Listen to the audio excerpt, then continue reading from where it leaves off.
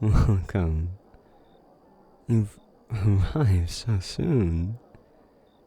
The Great Lake must have had favorable currents today.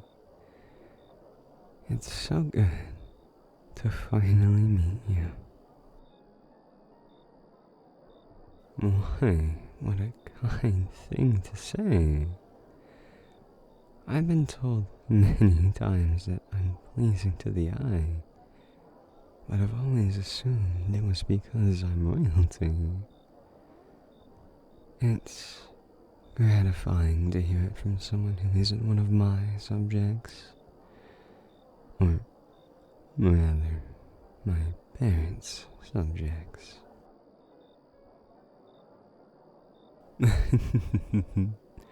Oh, no, I understand. You must have fallen for the topsider gossip about us. Did you think I was some sort of nasty, slimy lizard person? A lot of topsiders think that. It's all because you refer to all of us who live below ground as troglodytes. Not a very appealing name, if you ask me. And as you can see, we look nothing like those ugly lizard people that prowl around the entrances to the underground.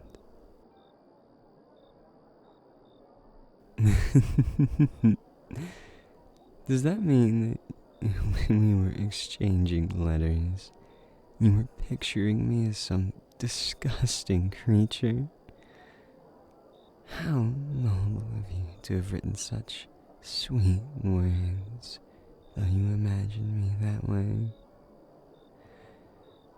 You must be so relieved. And to think you agreed to marry me as well. I can see that you're truly devoted to your kingdom, to willingly marry a monster for the sake of your people. I find that I'm liking you better and better all the time. Well, there's that. I suppose a commoner would suffer through greater trials than that for a chance to live the life of royalty. My understanding is that your people don't get many opportunities to improve your situation. It's all a matter of being of the right birth. Isn't that right? How nice it must be for you then to have been able to choose to participate in this exchange. It doesn't sound like it's common for your people to be able to create a better life for themselves. Oh, yeah. Well, it wasn't exactly a choice for me. Royalty have their duties, you know. My parents chose me out of all their children for this task. Yeah, it's a very important duty. When royals and nobles intermingle too much, the bloodline becomes corrupted. And so we tend to select commoners of healthy disposition to wed instead. It was very compassionate of your king to respect our traditions for this political marriage. We always trade a commoner to marry the other's royalty. I don't mean to disrespect outsider ways, but I think it's better this way. you're going to bring a very valuable perspective that a royal couldn't. You actually know what it's like to be a commoner. You know their needs, even if you're not from this kingdom. It's always made more sense to me. Oh, but I'm babbling, aren't I must admit, I'm a little nervous meeting you. Even though we exchange letters, it's still a nerve-wracking moment meeting your future spouse. Well, I'm not surprised. It must be incredibly intimidating. Suddenly being selected to marry royalty in an underground kingdom. If I might ask, how does that make you feel? Oh. Well, if there's anything you shouldn't be feeling, it's unworthiness. Your people normally decide on candidates for political marriages based on nothing more than parentage and order of birth. But in your case, you passed all sorts of tests, both physical and mental, to prove that you were a commoner worthy of a royal marriage. You've proven yourself as the most worthy person in your entire kingdom. At least, of those who applied. Well, you can call it luck if you like, but if you're that lucky, then I'd say you were still more than worthy. Luck can be a skill too. Besides, you're doing us a great favor, just as we're doing you. Both of our kingdoms need this alliance. My kingdom has been perilously low on food for quite some time now. It's difficult to grow things down here with no sunlight. The mushrooms and livestock we do have are being mercilessly pillaged by the lizard people.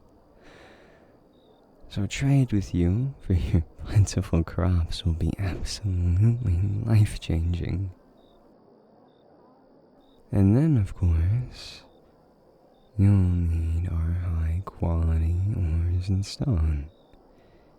It's all commonplace for us, but as I understand it, the topsiders value the treasures of the earth above all else.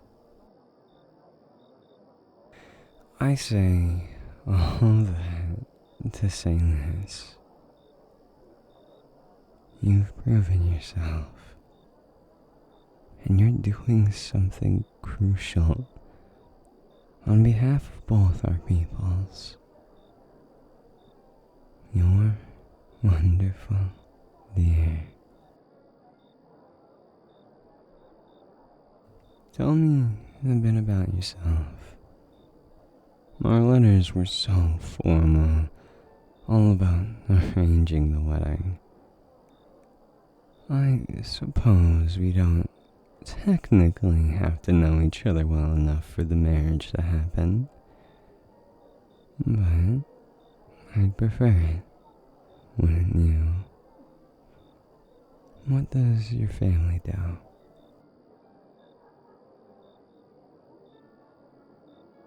Oh, how wonderful. You must have gotten quite used to working with your hands then. That could be useful,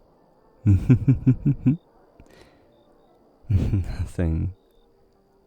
Anyway, do you think you're going to miss that? You must have grown up assuming you'd take over the family business. I imagine it must be shocking to realize things are going in a totally different direction.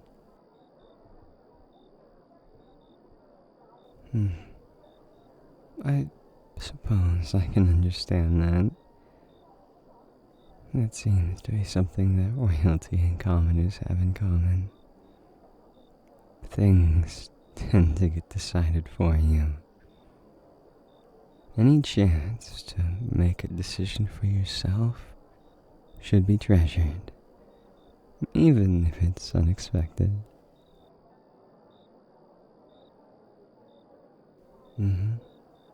In my case, I always knew I was going to be part of the political marriage. I'm the oldest of my siblings, but it's been, determined that I'm not the best suited to leadership. So, this is the only way I can contribute to the kingdom. And you can't be royalty if you're not going to contribute.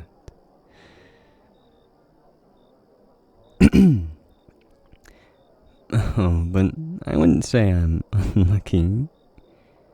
In fact, you and I are going to have an incredibly easy life together. Our whole purpose is to be the symbols of our kingdom's union. All we're really required to do is make public appearances at some important events. As long as we look happy together, people will see that our people can get along. I know, it's incredibly simple. Of course, we can do more if we choose. We have a certain allotment of the royal treasury that's at our disposal, but that's more a matter of personal taste. Personally, I'd love to do some humanitarian outreach between kingdoms. It makes the bond that much stronger.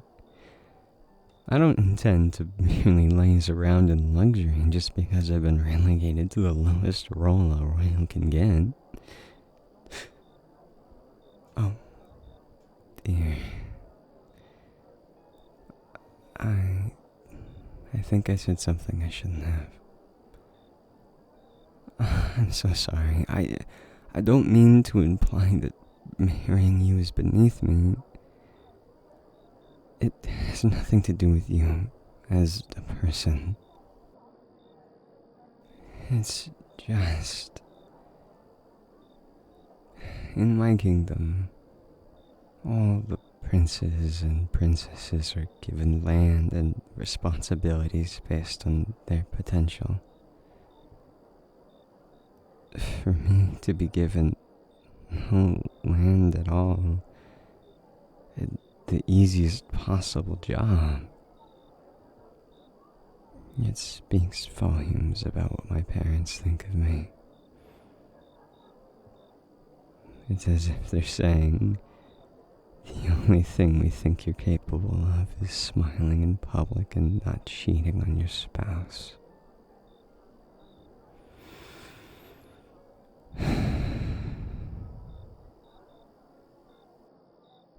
I was supposed to greet you and make you feel welcome in our kingdom.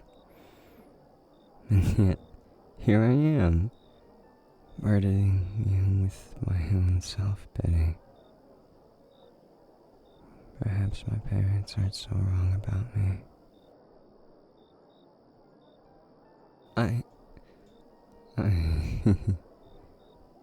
You. Do you mean that?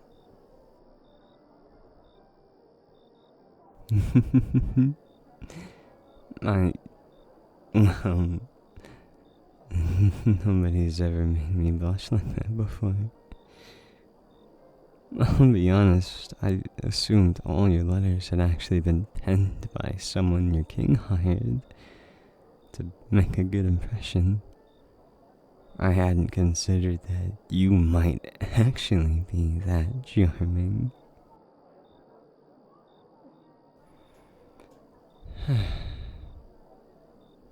It's strange. I didn't choose this political marriage. But now, I think that perhaps, just perhaps, I can still choose you. Well, how can I say it more clearly?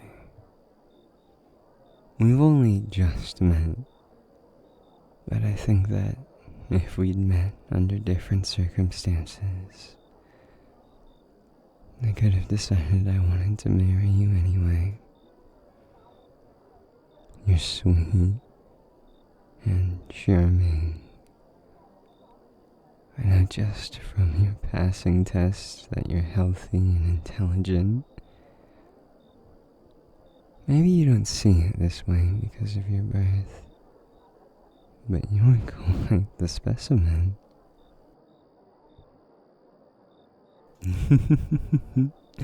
I mean it. You keep bringing up your background as if that changes anything. But I'm telling you, it doesn't. If anything, I'm the one who's unworthy. You were chosen because you were the best commoner your people had to offer. I was chosen because I'm the worst of the royalty. I'm the one they could afford to give up. You're sweet to say that.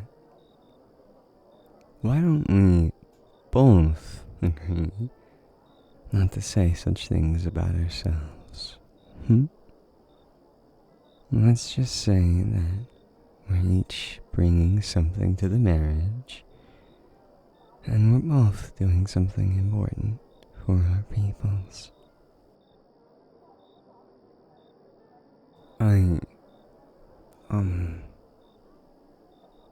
I was actually feeling quite terrible about all this before you arrived.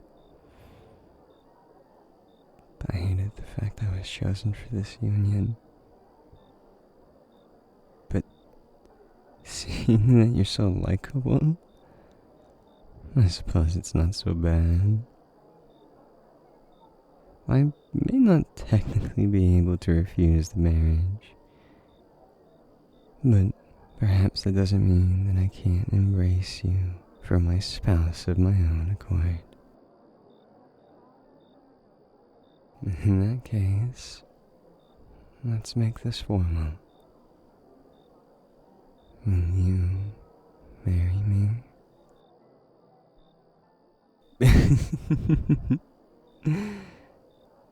Perhaps I should rephrase that. At this point, we will be married regardless. But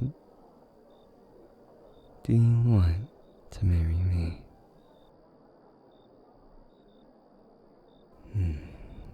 I'm so happy to hear you say it. And I feel the same for you. I'm glad you were the one chosen for this. And to my surprise, for the first time, I'm glad that I was chosen as well. I choose to love you. Not because it's my duty, but because it's the one thing I still have a choice in. And because you're worthy of it. Oh, come to think of it, Have we just been standing in the palace entryway this entire time? You were so engaging to talk to, I didn't even realize. There's a whole feast waiting for us. Come, my love.